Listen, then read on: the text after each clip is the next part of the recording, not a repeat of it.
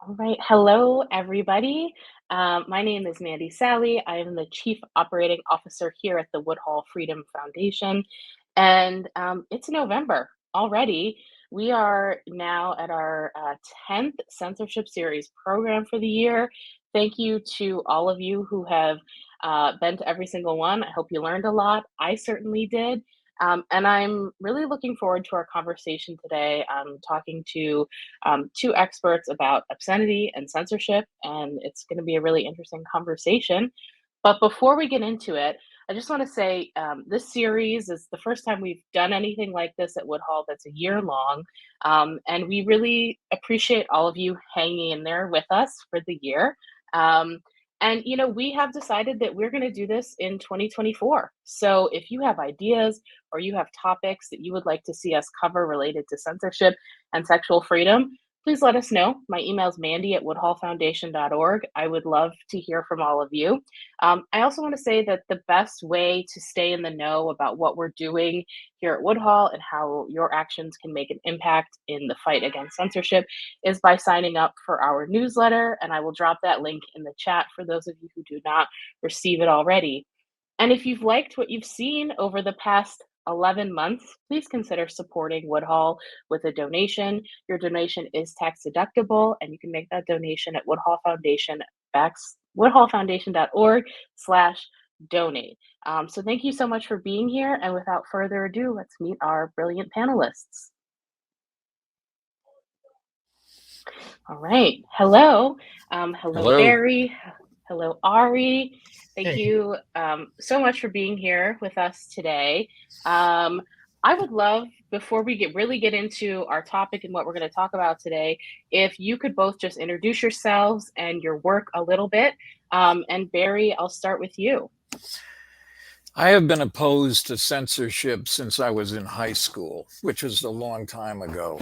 But I always hated the idea that people in authority could tell me or tell anyone else what to say or how to think. And by the time I became a professional, I worked for the American Civil Liberties Union during the time of the notorious so-called Meese Commission, which was, in my judgment, the worst possible time for sexually oriented material because no one knew what exactly would come of these deliberations. I worked for 25 years with Americans United for separation of church and state, and it is without question, but for the religious right, the Christian nationalists, there would not be a major effort in any state to make sexually oriented material go away, disappear, or be traumatized into some narrow, dark corner of the world. And I found it extremely important to make sure that people understand that free speech is a kind of all-encompassing. If you don't like what is being said, then say something else, but do not hire somebody in the government at any level to do it for you, to restrict the right of someone else to see something, even if you don't like it. Now, I am both an attorney and a minister in the United Church of Christ, but I do know the difference between things that bother me morally and things that the government wants to restrict legally. There are two big differences.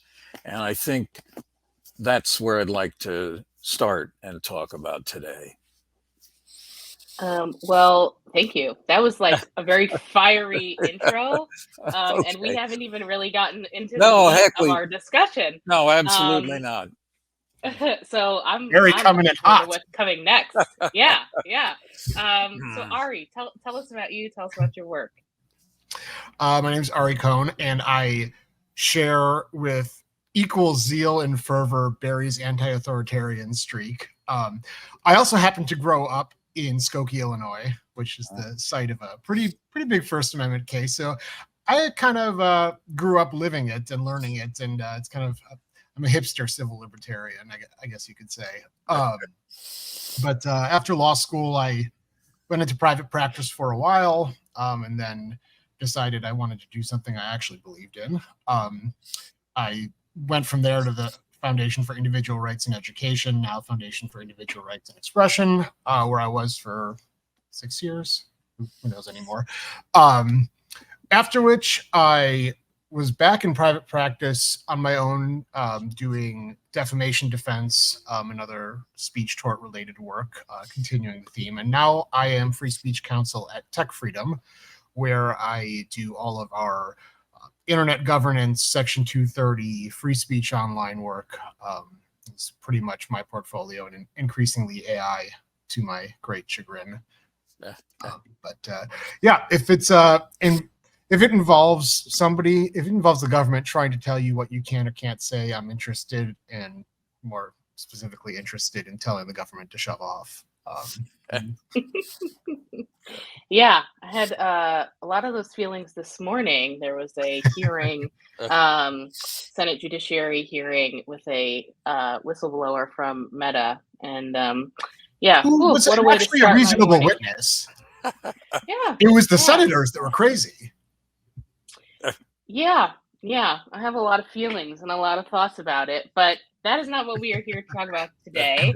Although I'm sure we could like analyze that hearing ad nauseum today. But what I want to talk about is obscenity, because I think that this word is getting thrown around a lot.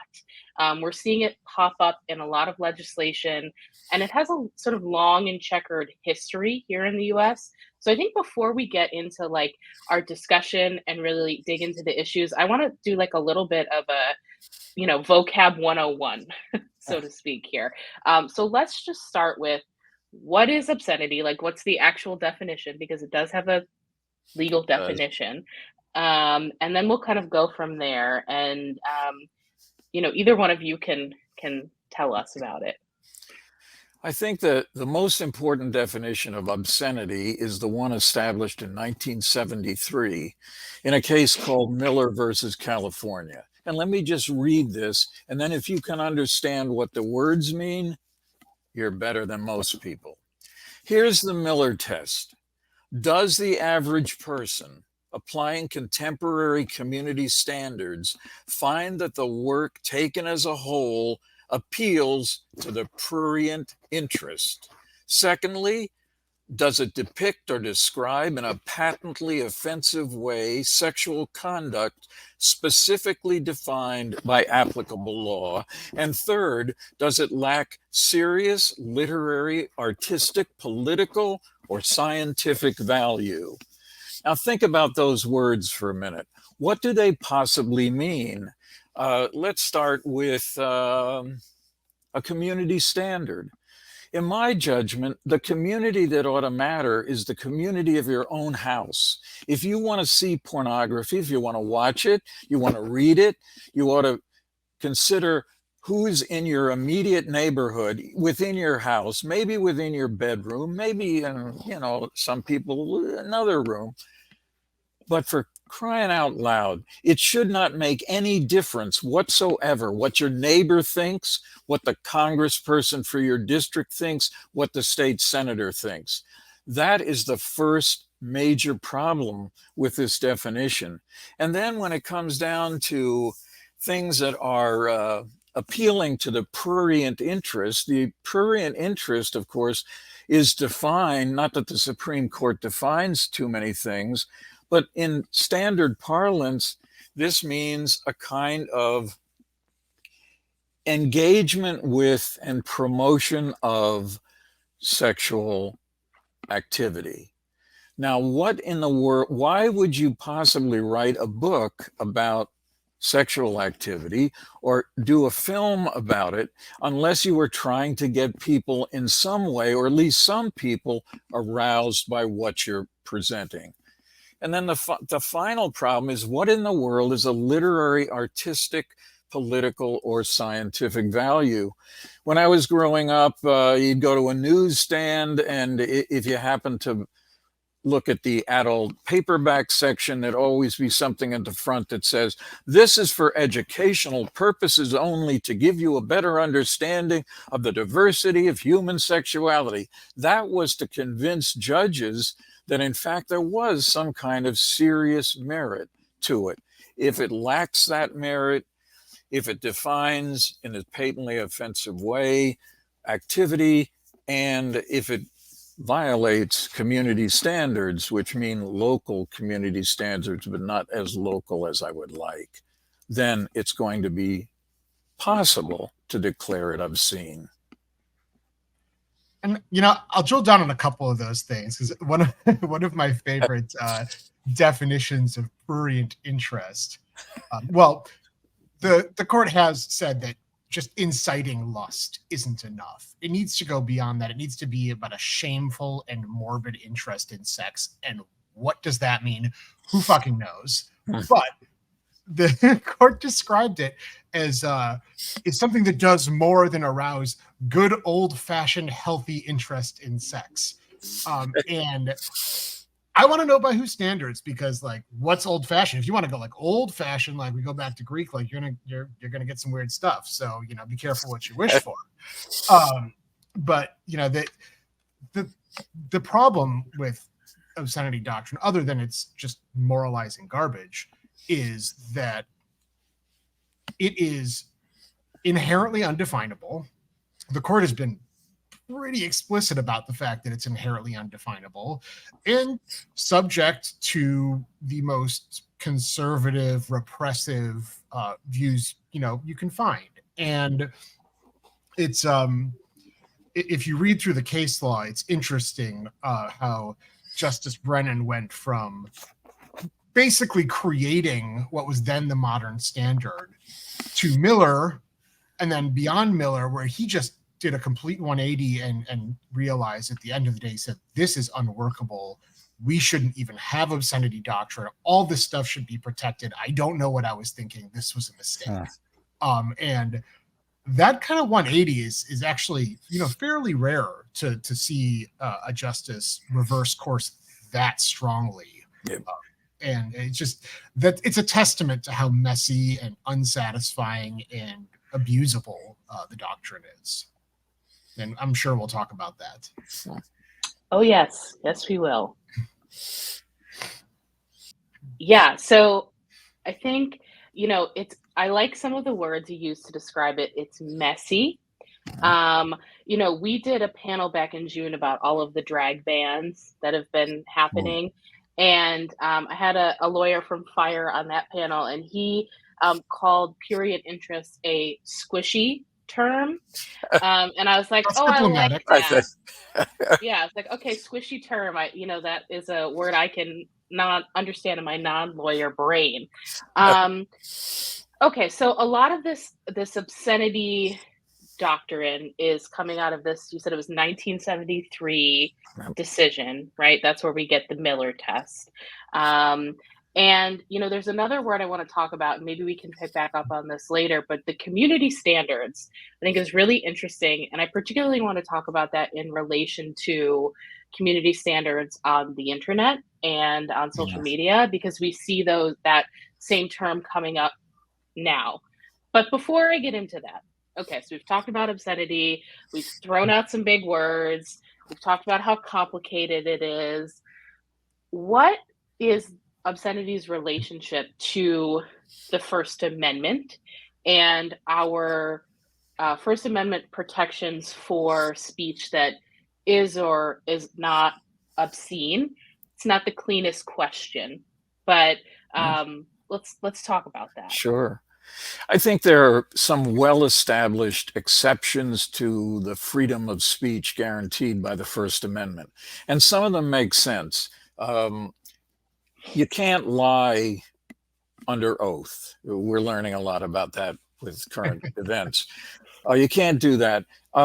You can't, as the Supreme Court once said, you can't call out fire in a crowded theater unless there really is a fire there. You can't make something up that is risky and dangerous. In terms of political discussion, if you incite someone in an imminent way. In other words, if you say, let's go take the streets back later, that's not enough to get you in trouble as inciting a riot, because you don't talk about what streets, you don't talk about when it's going to happen. And also, there is an exception for child pornography.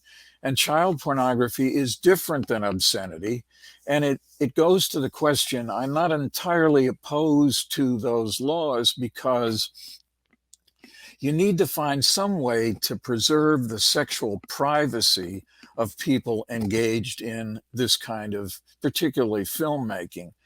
And if somebody says, I don't want to do this, or they're too young to even say that, I don't have any problems with that kind of restriction. Although at my time at the ACLU, along with the New York Times, thought that any child image that was produced could be distributed, and that was uniformly, I think, 9-0 rejected by the Supreme Court. But this is a terrifying idea for a lot of people, because if you are accused of disseminating obscenity in your school, or in having a library book that's obscene, they don't. Nobody says they're a censor. I don't. Maybe Ari's met somebody. I only met one censor in my entire life, and he was a Christian Reconstructionist, one of those people who believes that literally every restriction in the Bible ought to be in the laws of the United States. And he would say, I want to censor stuff.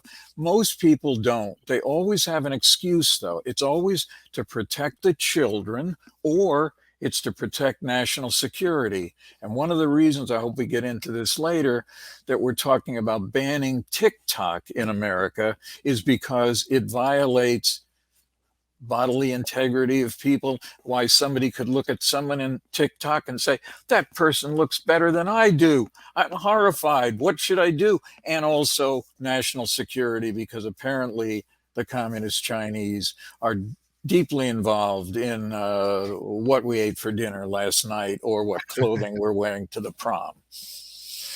I mean, yeah, I like to say everyone has a free speech, but some people have more than others. But yeah, the Supreme Court says that obscenity is outside of the First Amendment. It is not a conditional exception. It is entirely unprotected, and it makes it a convenient weapon. Because the favorite tool of censors to avoid being called censors is to say, well, that's not really speech, or that is not something contemplated by the First Amendment. And it's always facile and very transparent, but it really has made obscenity a weapon. Over the years, it has been targeted against the LGBT community and other marginalized communities to suppress their expression of themselves. I mean, there were times in this country's history where talking about being gay was effectively considered obscene, which it sounds preposterous now, but I want to warn people that we are getting back there. You have books being challenged in libraries because they describe, intimate relationships between people of the same sex or transgender people. You have, this is my favorite, most galling one, 7 attorneys general, one of whom had the day before gone on a victory lap when a judge issued a ruling down in Texas that the federal government had coerced social media platforms into removing speech, and that was unconstitutional. The very next day, this guy, Andrew Bailey, signs a letter to Target complaining and threatening that Pride merchandise, like a onesie for a kid, is legally obscene, which is preposterous on a definitional level, but also, I'm sorry, if you see a kid in their high chair, with their Pride onesie on, throwing Cheerios across the room, and your mind goes to a prurient interest, that is a you problem. But it was galling. It was galling because he did the exact same thing he thinks the federal government is doing, because Target selling expressive merchandise also protected by the First Amendment. And it just goes to show that many, I would maybe even say most people, who bang the loudest about how they feel like they are being censored will turn around in a heartbeat and try to curtail your speech that they don't like. It is historically proven that that is the nature of human beings. That is the nature of, certain elements of our government and society. And it's hard to mount an obscenity prosecution in this day and age, in part because the court has not replaced local community standards with a national one, but there's some skepticism that really, with the internet and communications going everywhere without control, that it's kind of impossible to have a truly local standard. So, good luck mounting a Miller test prosecution right now. But people need to be aware that we are always one step away from being right back there. Exactly. Being complacent will get us in trouble. You got it. Yeah. It's one of the things that people need to realize is that, as Ari said, it is very rare to find prosecutions of adult obscenity. There's still lots of kiddie porn prosecutions. They don't bother me much. But obscenity prosecutions have virtually ended. And it's unusual because when I was at the ACLU, I traveled around the country with the Mies Commission. People thought I was on the commission. I was not. I was just there to annoy them, which I successfully did. And the Washington Post said at one point that one of the worst things about being a member of this 11-member Ed Meese commission was having to deal with me because I was just they didn't say I was a pain in the butt, but they basically suggested that was what it was. And one of the members of the commission, James Dobson, the psychobabbler out in Colorado, who formed not only the Family Research Center, which is now a hate group according to the Southern Poverty Law Center. I don't really like to call people or organizations hate groups, but he came up to me in a restaurant about a year after the Mies Commission finished, and he said, Barry, I oppose everything you stand for, but I will say you destroyed every good thing we attempted to do. I was not aware that they had attempted to do anything good, but I think it was a recognition. But after that, 3,000 U.S. attorneys wrote a letter to the Justice Department insisting that there be an expansion of obscenity prosecutions around the country. One guy in Utah actually said, I expect in the next year there will be an explosion of prosecutions. And I thought, maybe that's going to come. But it didn't. And I think maybe we want to explore, why didn't that happen? Yeah, there was an uptick in like the George W. Bush years, Ashcroft being what he was. Right. But after that, as the internet kind of slowly took over, they really did kind of drop off. And it's important also to remember, because I don't think we've said this, private possession of obscenity actually is protected. The government cannot criticize private possession of obscene materials. It can prevent transmission, sale, or possession with intent to mail, distribute, sell, whatever. But if you just have whatever the government might consider obscene in your house, and they come and raid your house, and there's no indication you're doing those things, that is protected. Now, how do you get violating the law? So Well, one of the biggest cases, Ari, and I'm sure you're aware of this, the Rob Black case, one of the first big obscenity. His lawyer originally took this argument and said, well, if it's perfectly permissible to have it in your house, how in the hell can you get it there if you don't get it from someone? And he actually got an initial ruling from the judge that was correct. That judge was willing to throw out the entire case. Then the government appealed, and that disappeared, and they were eventually prosecuted and finally ended up, I think, a year in prison for both of them. He and his wife. So, yeah, okay. So you both just said a lot, Well, which is good. I want to pull on a few different things here, because I also want to clarify some things for folks who might not be totally familiar with the different case law you all cited. And I also want to highlight, something you said, Ari, when you were talking about the idea that somebody talking about being gay, however many decades ago, being considered obscenity, that would be preposterous today. I don't think it's preposterous at all, based on what we see going on with book bans and everything else in the world. I also think there's a conflation between anything sexual and child pornography or child sexual abuse materials and things that are exploitive and harmful. And I think these terms often get squished together to mean the same things when they're really not the same things, right? Like pornography in and of itself is however many consenting adults, meaning over the age of 18, participating in something sexual.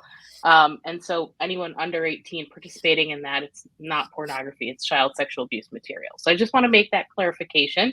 And, there's a lot more we're going to get into, because I want to talk a little bit about the history, some of what you've alluded to, Barry, and how that is maybe influencing what's happening now in 2023. Yeah, there's no question that one of the most difficult things, I worked for the ACLU, I didn't just work on pornography, but on any issue. I would be a wealthy person today if I had a dollar for every member of Congress or the Senate who would come up to me and say, I have to vote for this restriction on something, but don't worry, you guys, meaning the ACLU, you'll go into court and knock it out.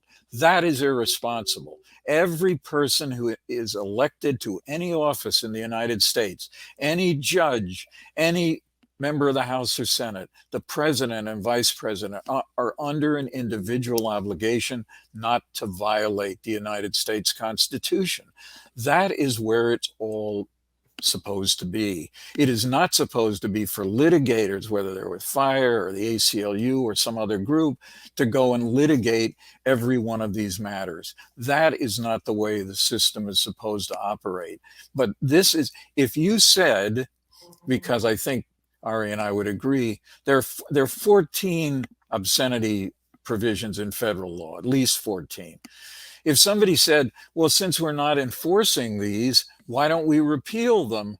The repeal would be 3 people in the House and maybe 1 person in the Senate. They don't want to do it.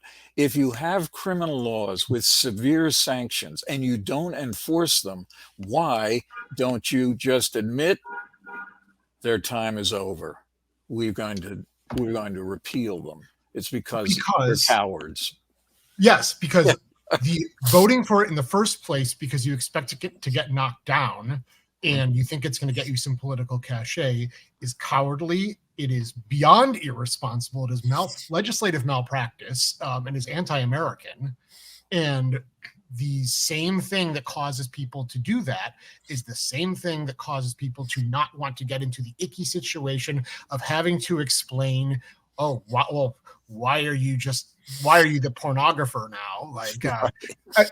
Somebody, one of my colleagues sent me a line from a book about the Burger Court, where it was a speechwriter for Nixon quipped at one point, pornographers only have customers, not supporters. And now I'm going to make T-shirts that say pornographer supporter and give them away.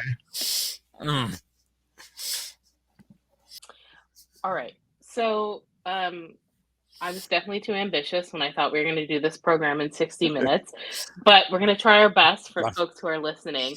I want to back up just a second, Barry, to what you referenced a couple different cases, and I want if you could just give us a brief explanation of what those are for our viewers who might not be familiar, and then we're going to circle back to how that is impacting current prospective legislation. So tell us a little bit about the Meese Commission and then also the Black case that you referenced. Sure. The Meese Commission was actually started by his predecessor, William French Smith, but he left and Meese took this on and seemingly loved to do it. The Meese Commission was the first time, I think, in modern history that there looked like, for me at least, and I think for a lot of people in the publishing world, that this was going to be so important. This is going to be the first time since it was set up to deal with new ways to address the problem of pornography. So right away, the members were all people with a background, except for 3 women who were on this 11-member commission. There were 4 women. One of them was an anti-porn activist in Arizona. The other 3 women, we really didn't know much about them until it became clear that they were having serious problems with what was going on in the commission's work. But I don't know what they're coming to get us. But and then, so after it happened, and there was this brief flurry of interest with a case like the Rob Black, the Zakari case, and then they decided for a while to use the federal racketeering statute, which is also back in the news lately about some of the current political figures. But they tried to use that as a way to seize all kinds of material. Racketeering means if you're part of a racketeering enterprise, then people can come and literally take everything that you used to promote this crime and seize it. And there was a very famous case involving a couple named the Prebas in Northern Virginia, where they had, I think, sold something like $105 worth of porn. And they decided, let's go after them with racketeering. A journalist did a review, talked to the people who were on the jury in that case, where they convicted both Mr. and Mrs. Preba. And he said, why did you do this? And several of the women jurors said, well, we were concerned about it because why would we consider seizing the assets of somebody who's just selling books and dildos to adults? Good question. Then they were asked, did you know that there were other places in the state of Virginia that were selling the identical items? They said, no, we were not told that. Prosecutors decide what they're going to ask judges to let in and take out of legal proceedings. And if people knew, these jurors, if they knew that they could have been fined millions of dollars, lost everything they had, they lost a lot of their business, they would not have convicted. So RICO, the racketeering statute, kind of went out of favor also when it was being used against obscenity prosecutions.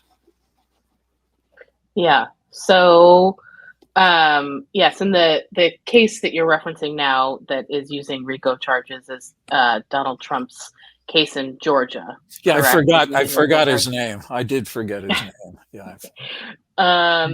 So yeah, just if folks weren't familiar, that's where it's making a comeback. So let's talk about where some of this obscenity stuff is showing up now in 2023.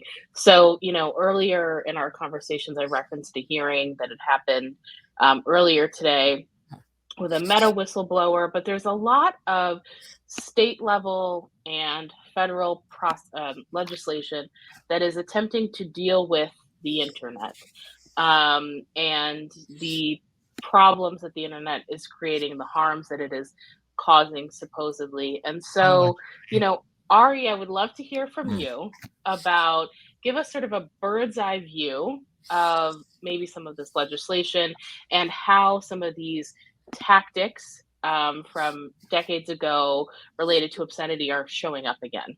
if you could.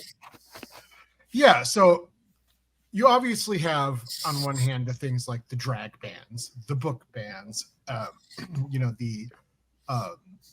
the stuff that's a little bit more, out IRL, I suppose you could say.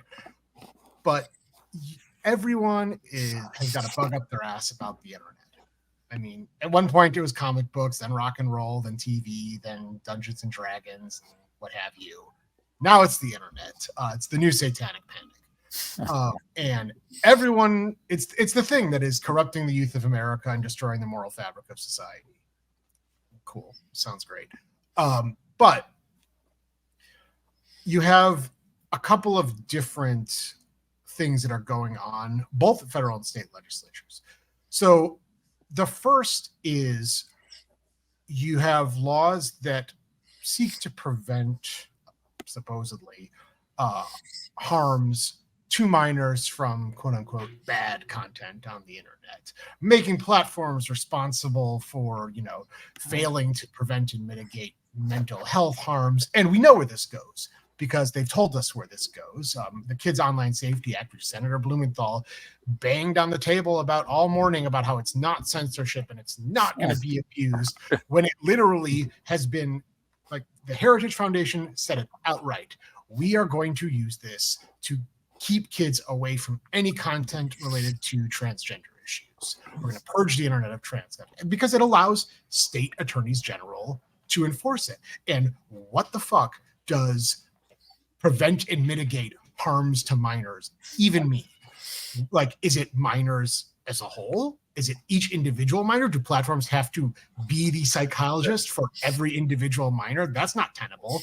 But you also can't act in the best interest of any minor if you're trying to act in the best interest of all the minors. So it's completely just unattainable. And that is what leads, to the potential for abuse.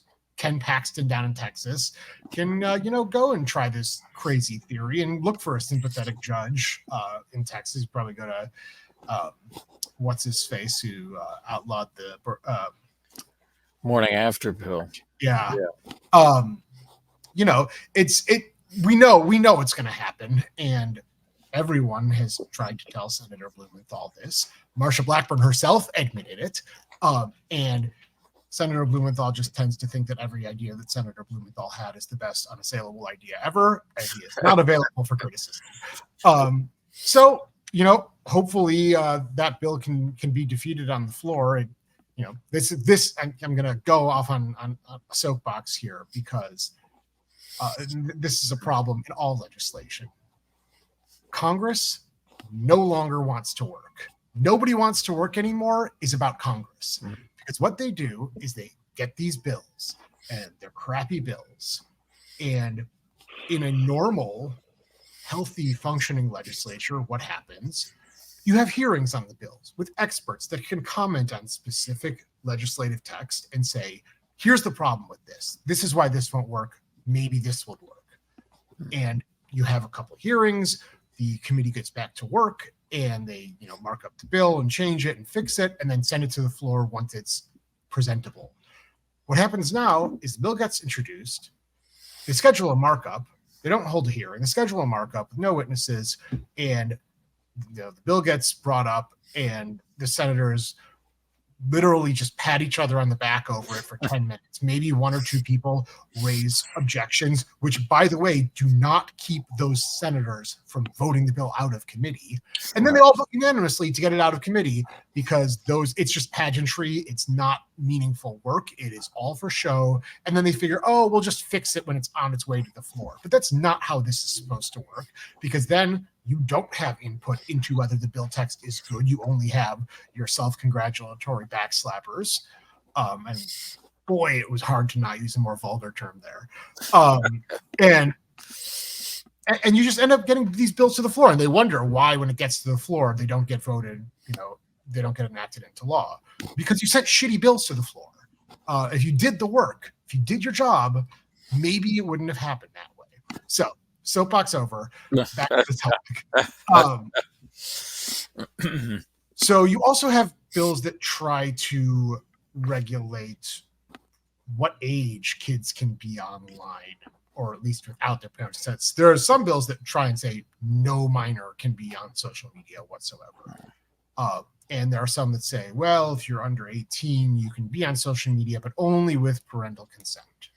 And that poses a few problems. First of all, and this ties directly back to the early internet porn cases, where the Supreme Court said, no, this transmission of indecent materials law is unconstitutional, and it actually doesn't matter that you say that there's a defense if people verify the ages of the users, because that itself violates the Constitution, because it forces people to identify themselves, give up their privacy and their anonymity before they can access content that the government disfavors, mostly porn. And there was a raft of cases following in the states that struck down the state law analogs to that law, the Child Online Protection Act.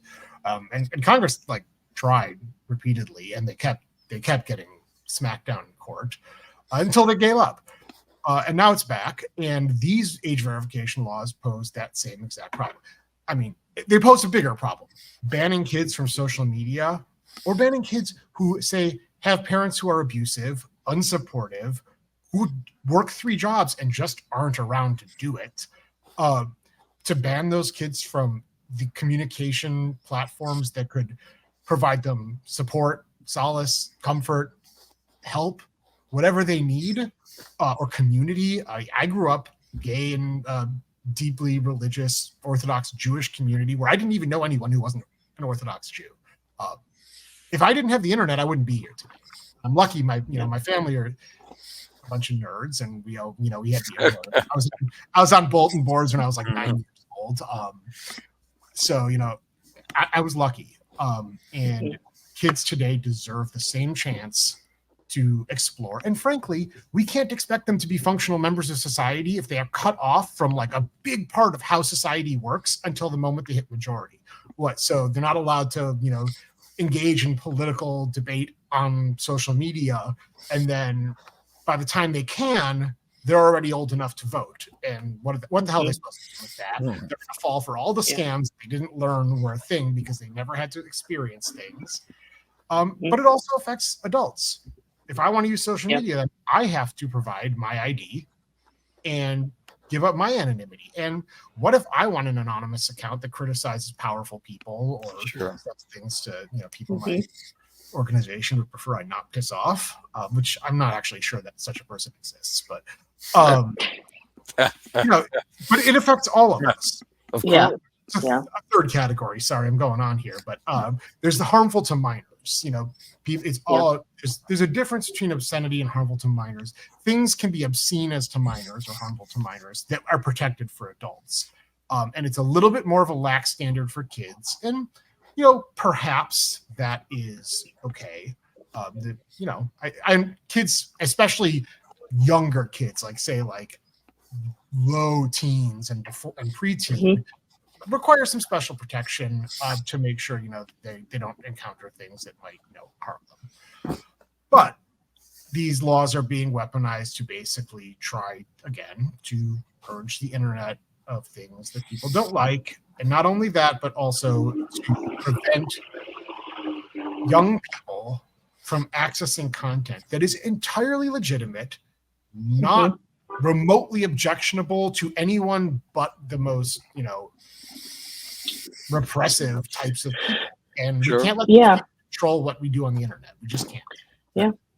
I totally agree with everything you just said, Ari, and I think one of the things that I think gets missed in this conversation is, aren't there ways that we can be keeping kids safe or young people safe or protecting them from harm that don't have anything to do with online content? I'm thinking about you can parent teaching them. And parent. Right, but I'm thinking about media literacy skills, right? I'm thinking about comprehensive sex education could do a world of good for minors. Well, the problem is comprehensive sex education is exactly the kind of thing that people who are trying to do this would also oppose at the top of their lungs.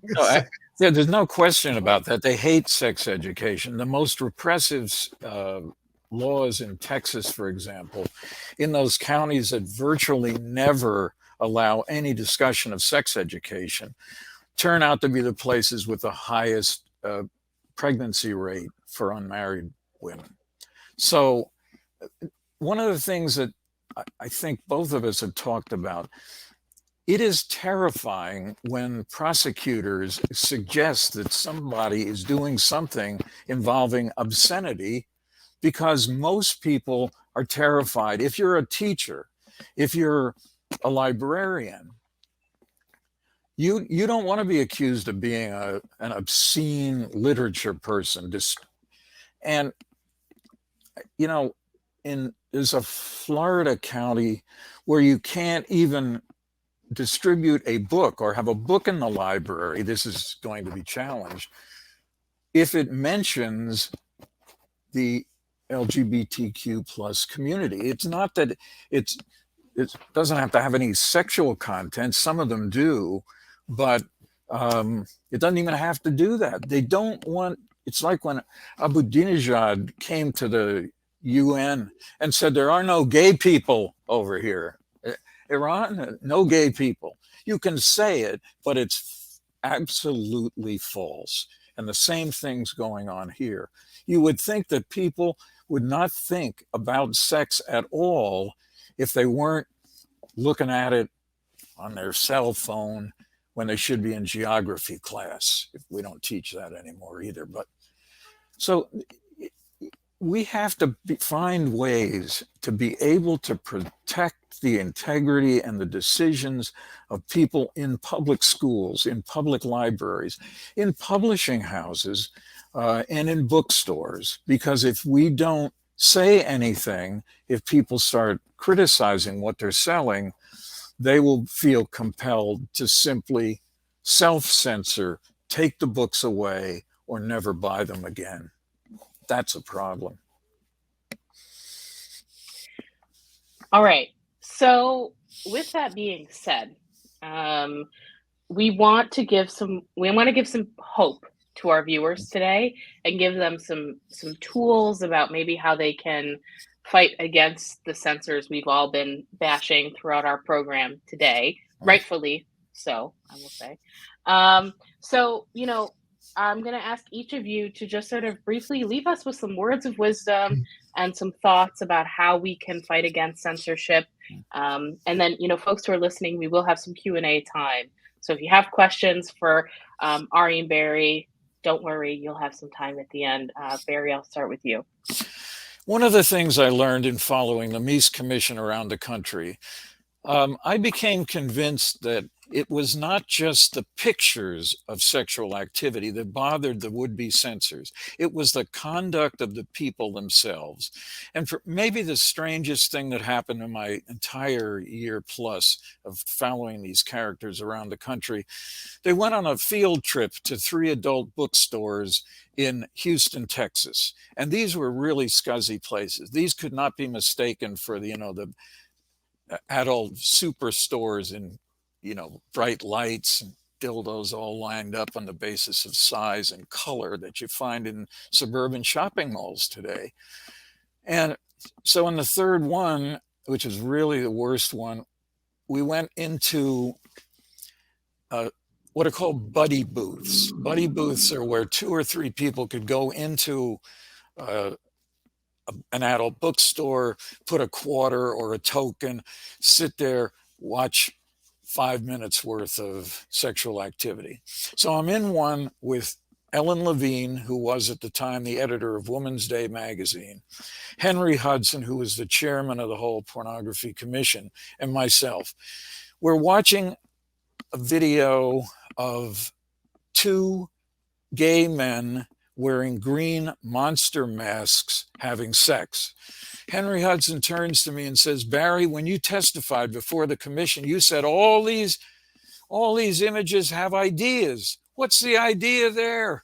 And I looked at him and I said, "Henry, try it. You might like it." Ellen Levine was already souring on the whole thing. She dissented from it, and but it was, sometimes you just feel compelled to say that.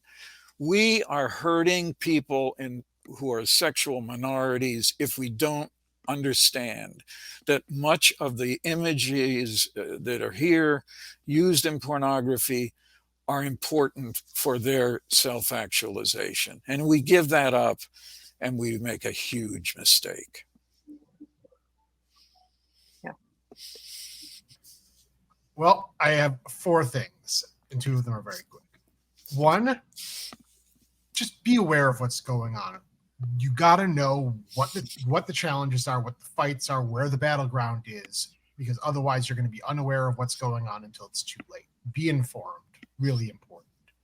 Contact your senators, your congressmen, your local elected officials, your state elected officials, and for the love of God, vote. And most importantly, and this is the thing I really want to stress, make an effort and dedicate yourself to sticking up for speakers and speech, even if it is irrelevant to your life, even if you don't like it. Make an effort to be loud about it and to be active about it, because the only way that we beat this back is strength in numbers and showing that this minority of people who would control what the rest of us can say, see, speak, hear, read, the only way they can control us is if we let them, and we outnumber them, but you got to speak up about it, and you got to do it not just when it impacts you. It's crucial to do it for everyone. If somebody else's speech isn't protected, yours isn't either at the end of the day. Yeah, I think that was the perfect note to end on. And I agree. I often find myself saying that they come for the sex stuff first, right? But like they're coming for everything else next, and so we have to stop them somewhere, right? So thank you both so much for being here today. I really enjoyed our conversation. I think I laughed more during this conversation that I have in some of my other censorship series, which is wonderful, right? We need to laugh or we'll be crying all the time. So like I said, we will get into Q&A in just a second, but again, thank you so much for being here. And folks, we'll see you soon. Thank you. Bye. All right. So thank you to all of you for tuning in. I hope that you learned something. I learned a whole lot.